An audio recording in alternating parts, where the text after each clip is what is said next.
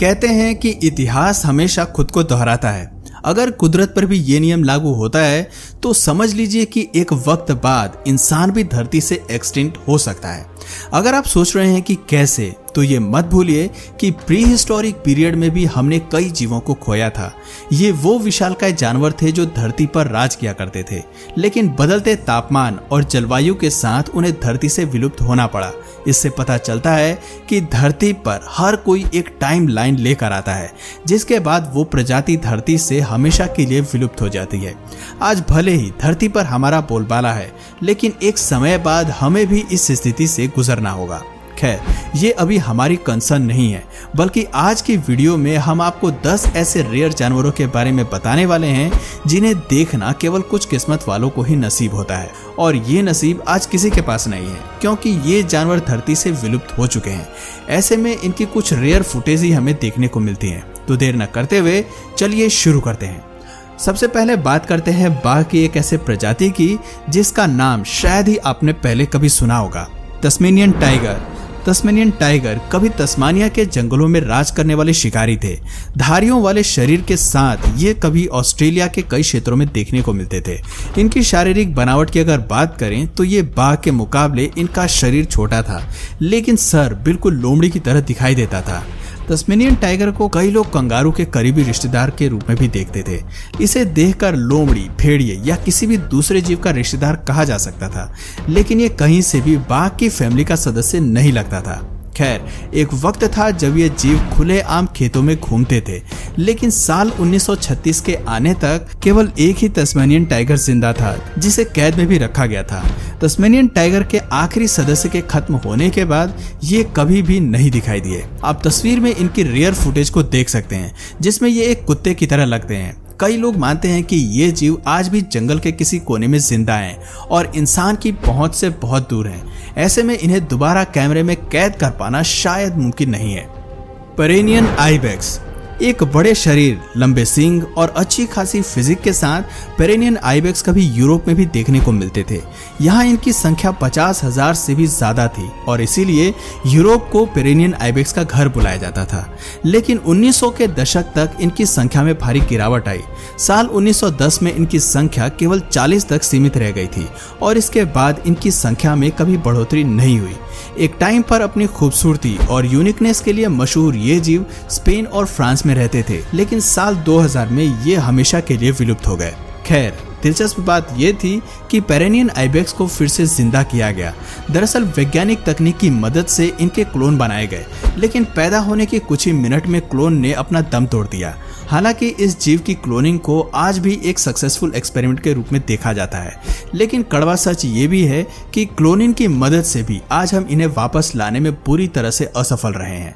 साल 2000 में इनके आखिरी सदस्य को देखा गया था। उसके बाद से ये फिर कभी नहीं दिखाई दिए।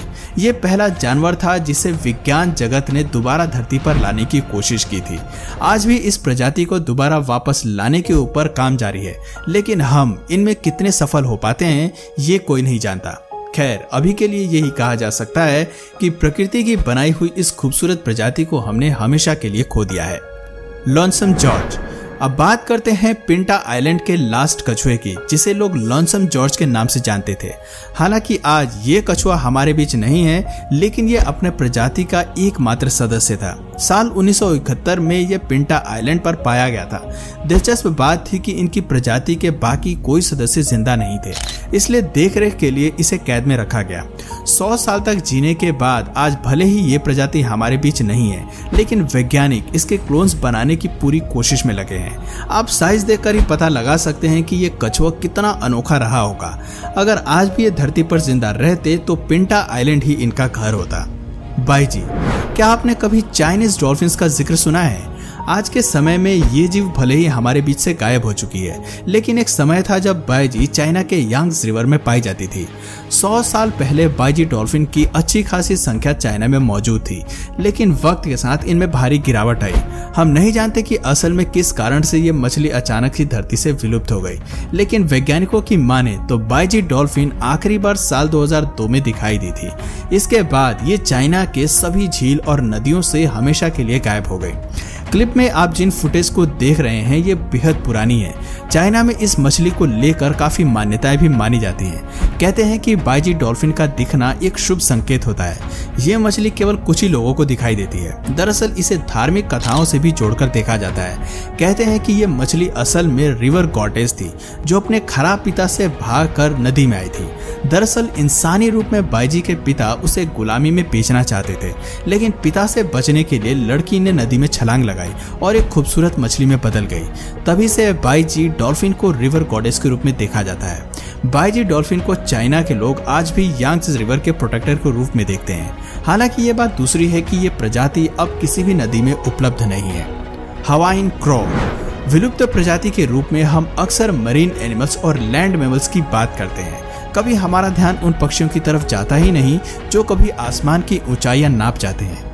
कौवा हमारे लिए एक आम प्रजाति जरूर है, लेकिन इस पक्षी की भी कई वैरायटीज कभी आसमान पर राज करती थी। एनिमल किंगडम उनका घर हुआ करता था, लेकिन आज कई पक्षी अपना अस्तित्व खो चुके हैं। उन्हीं में से एक है हवाइन क्रो। इस जीव का नाम लेते ही आप लोगों को लग रहा होगा कि ये कोई फाइटर प्लेन है, लेकिन सच तो ये है कि हवाइन क्रो असल में एक खूंखार पक्षी हुआ करते थे जो अर्थवर्म्स को खाना पसंद करते थे। इन जीवों के अस्तित्व में अर्थवर्म्स की अच्छी खासी संख्या खत्म हो गई। इनके नहीं होने से अब उन्हें राहत जरूर है, लेकिन इनका विलुप्त होना बेहद ही दुखद है। सबसे अनोखी बात है कि हवाइन क्रो के विलुप्त होने का कारण शिकार नहीं था, बल्कि ये प्राकृतिक रूप से अपने आप धीरे धीरे संख्या में कम होने लगे और एक वक्त आया जब ये हमेशा के लिए धरती से गायब हो गए। साल 2012 में जंगलों में इनकी संख्या 112 जरूर थी, लेकिन आज हमें इनकी एक भी सदस्य देखने को नहीं मिलते। आपको बता दें कि 19 से 20 इंच तक बढ़ने वाली ये प्रजाति पहले विशेष रूप से हवाई में देखने को मिलती थी। वेस्टर्न ब्लैक राइनो आपको जंगल में आज भी देखने को मिलेंगे, लेकिन ब्लैक राइनो वो प्रजाति है जो धरती से हमेशा के लिए मिट चुकी है।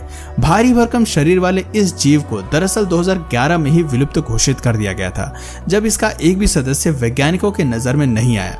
कहते हैं कि इनकी विलुप्ति की सबसे बड़ी वजह हम इंसान हैं, जिन्होंने भारी मात्रा में अपने फायदे के लिए इनका शिकार किया। राइनोज हालांकि आकार में काफी विशाल हुआ करते हैं, लेकिन वो इतने शातिर नहीं होते कि खुद का बचाव कर सकें। बस इसी बात का फायदा उठाकर अचानक ही इन जीवों को इंसान ने मारना शुरू कर दिया। इनके कीमती सींग को काले बाजार में बेचा गया। कई दवाइयां भी इनके सींग से बनाई गईं। कहते हैं कि राइनो के सींग से बने पाउडर किसी भी जहर को काट सकता है और लोगों को स्ट्रॉन्ग बना सकता है। सिविल वॉर के दौरान राइनो के सींग से हथियार भी बनाए गए और इसके लिए इन्हें भारी मात्रा में मारा गया। अब जो फुटेज हम आपको दिखा रहे हैं ये ब्लैक राइनो की आखिरी यादें हैं। अब आप इस जानवर को कभी भी दोबारा नहीं देख पाएंगे। लेसन रेल इस जीव का नाम रेल से जुड़ा हुआ जरूर लगता है, लेकिन ये एक पक्षी है जो कभी हवाई के जंगलों में दौड़ती थी। दरअसल आकार में बड़ी होने के नाते लेसन रेल आसमान में उड़ नहीं सकती थी, इसीलिए इनकी रफ्तार कमाल की थी। केवल हवाई के कुछ क्षेत्रों तक सीमित होने के नाते इनके पास भोजन की ज्यादा वैरायटीज नहीं थी। माना जाता है कि इस पक्षी को केवल एक शिकारी से खतरा था, जो खुद एक बर्ड थी। साल 1900 तक जब द्वीप पर इनके फूड डाइट में शामिल होने वाले जीव खत्म होते चले गए, तो धीरे धीरे इनकी संख्या में तेजी से गिरावट आई। इसके लिए सबसे ज्यादा जिम्मेदार थे रैबिट्स। दरअसल 1900 में द्वीप पर खरगोश को लाया गया, जिन्होंने आइलैंड का सारा भोजन खत्म कर दिया। इस इवेंट से ये पक्षी इतनी बुरी तरह प्रभावित हुए कि केवल 20 सालों में इनकी संख्या 2 पर पहुंच गई। कहा जाता है कि लेसन रेल आखिरी बार दूसरे विश्व युद्ध में दिखाई दी थी। उसके बाद ये हमेशा के लिए धरती से गायब हो गए और इस प्रजाति को पूरी तरह से खत्म करने वाले जानवर थे खरगोश। तो दोस्तों ये थी कुछ ऐसी फुटेज जो हमें एनिमल किंगडम के रेयर जानवरों की झलक दिखाती है। एक समय था जब ये जीव इंसानों की तरह ही बड़े शान से जंगल में घूमा करते थे, लेकिन धीरे धीरे वो हमेशा के लिए विलुप्त हो गए। तो दोस्तों आपकी नज़र में सबसे ज़्यादा जीव विलुप्त किस कारण होते हैं? क्या इंसानों की वजह से या प्रकृति की वजह से? कमेंट करके अपनी राय ज़रूर बताइएगा। और अगर इस वीडियो से आपको कुछ नया जानने या सीखने को मिला या फिर इंटरेस्टिंग लगा तो प्लीज़ इस वीडियो को एक लाइक करके अपने फ्रेंड्स और फैमिली में से ज़रूर शेयर करें। और यदि आप इस चैनल पर नए हैं तो प्लीज़ इस चैनल को सब्सक्राइब करके बेल नोटिफिकेशन आइकन को ऑन कर लीजिए, ताकि हमारे आने वाले वीडियोज़ आप मिस ना करें। मिलते हैं फिर किसी वीडियो में नए टॉपिक के साथ, तब तक के लिए नमस्कार।